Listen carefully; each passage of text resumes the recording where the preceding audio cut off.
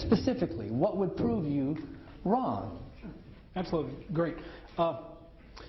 Number one, there are several things that could prove the Christian wrong. If you could prove that Jesus Christ did not exist, that would prove the Christian wrong. If you could prove that Jesus Christ did not come back from the dead on the third day as he predicted exactly, that would prove the Christian wrong. Paul said, he opened it for falsifiability. He said, if the resurrection is not true, then what I'm preaching to you is simply not the case. But you can't do that. Yes, you can. Let me tell you this. Here has historically been what has always happened. The person who has chosen not to believe always says, if I had just a little more evidence, then I would believe. Now, in John chapter 11, after Jesus raised Lazarus from the dead, the Jewish community looked at that miracle and said, now we believe in Jesus? No. They said, now people are believing in Jesus, so we've got to kill Lazarus. When Jesus Christ was on the cross, do you remember what they said? They said, if you will come down from there, we will believe. Well, they hadn't believed when he made blind Bartimaeus see. They hadn't believed when the things that had been predicted about his life came true. Born in Bethlehem of a virgin, going into the city of Jerusalem, on all of those things. Just a little bit more. You know, I noticed in his previous falsifiability, he said, well, if you said that this meteorite was going to take place at 7:17, etc., etc. Well, what if we gave him all the information except that 7:17? Well, what would he say? Well, would he then say, well, you didn't tell me 7:17? Always more information.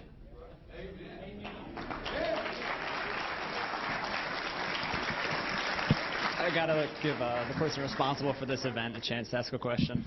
I hope you don't mind me asking a question, Mr. Butt. Two parts. One, do you believe in miracles? And two, why won't God heal amputees? Okay, great question. Absolutely, positively, yes. I do believe that miracles at one time were commonplace, especially when Jesus Christ was on this earth. The point of a miracle has always been to confirm that the speaker was speaking for God. Confirmation. Now, also, there were subsequent points to those. They showed the compassion of Jesus Christ. They showed that God had the power over anything that you can name, over nature, over death, over you name it. God had the power to control it. But now, the real question that he's answering, and it's a very valid one. What about miracles today? Well, I will tell you that I believe that the age of miracles has ceased. Why is that? Because I believe that the Bible has been confirmed. Paul said in Galatians chapter 1, he said, though I or an angel of heaven preach any other gospel to you than that which has been preached, let him be accursed. You see, what God has done for us is given us every single thing that we need to know to live lives in accordance with his will to go to heaven. We don't need any more confirmation of the word. The Bible says that all things for life and godliness have been given to us. And so, yeah, I believe in miracles, but I don't believe they're still happening today. Now, do I believe that God acts in the world? Certainly. I believe that God acts providentially through natural ways that you could not put your finger on and say, God did that exactly. Often you see that in hindsight. Do I believe God can still act in this world? Certainly. Do I believe that he acts miraculously like he did in the first century? No. Kyle, you seem to be suggesting that Christians should not pray for miracles now. Christians should not pray for their sick children to get better when the doctors told them that they're going to die of cancer.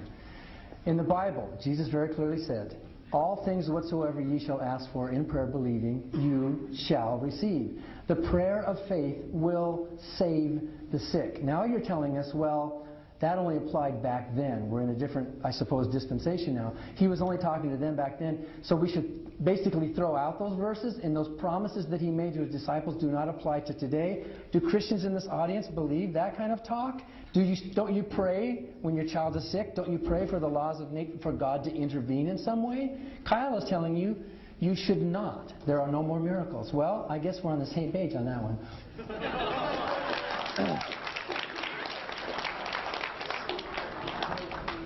This question's for Dan Barker. Dan, if the smartest the 1,000 smartest scientists in the world today said we needed to reduce the human population immediately because future generations will not be able to live on Earth. If they said that, and they say we needed to go to Columbia, South Carolina tonight and do that, and they say we needed to kill everyone in this audience, would you say that would be right or that would be wrong? Well, I would fight that, obviously, and I'm sure you would too. I would question their judgment and say that there'd probably be better ways to do that. For example, birth control. Let's use birth control. Let's tell the Pope that the Pope is wrong about birth control. Let's limit our family size and let's try to have more respect for the environment. If those scientists said that, I would want to know their reasoning. They would have to convince me. And it's hard for me to imagine that the smartest scientists in the world would advocate a genocide, because if they would, they should get in line first, right? I mean, if that was important. So I would not presume to tell them that they are acting immorally, but I love life enough, and I love the people here in this town enough to protect myself, unlike the God of the Bible, which exterminated entire villages because they offended his vanity, right? I think I love the world enough to see if there's a better way to do it than that. Okay, now I want you to notice what Dan just said in answer to that question. He said, there are better ways to take care of overpopulation than coming and killing the 550 people in this audience. Birth control. What's often lumped in with birth control? Abortion. So what he's saying there is there are better ways to save your life if it happens to be an overpopulation problem. Just kill the unborn child in the mother's womb.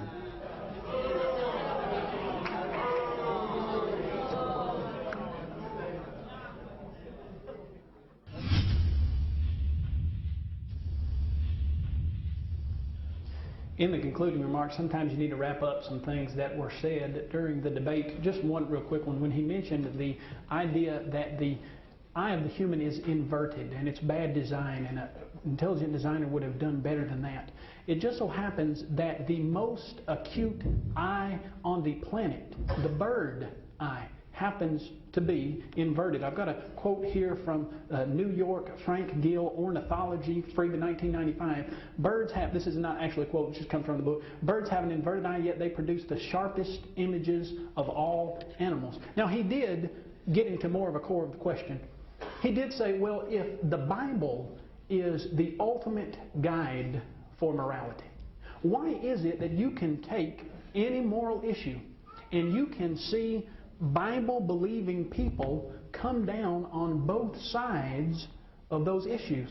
Now, I believe that's a very valid question, but it's one that Dan has answered for us. In fact, I have a quote from his University of Minnesota speech, October 19, 2006, How to Be Moral Without Religion. And this is the quote: "A tendency that we all have, we look through our documents to try to find what supports our already prejudiced views about what we think morality should be like." Well, yes, that's exactly what happens. The reason we come down on both sides of the moral question when we approach the Bible, if you give this Bible that I'm holding in my hand to 5 different people, they might come up with 5 different answers. But has the Bible changed every time that you gave it to one of the people? No. What did change? The prejudices that a person brought to the text, and that's out of Dan's own mouth. Now, let me bring to point one of what I think is one of the most powerful statements that was made in this discussion. Dan, and I have the quote from his book about hell, he said basically the same thing that he said tonight. If I meet a God and that God created hell, then I'll tell him to go there. And that frightens me even to repeat. I believe that's one of the most blasphemous statements that ever was. Now, I do believe that a person that would believe as Dan does could make a statement like that.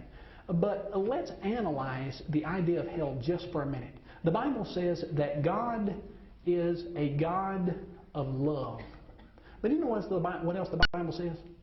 The Bible says that love allows the freedom to choose. In fact, in the Old Testament, in the book of Deuteronomy, it's Deuteronomy 30:19, I believe, Moses said to the children of Israel, he said, "Today I put before you the way of blessing and cursing, the way of life and death choose life.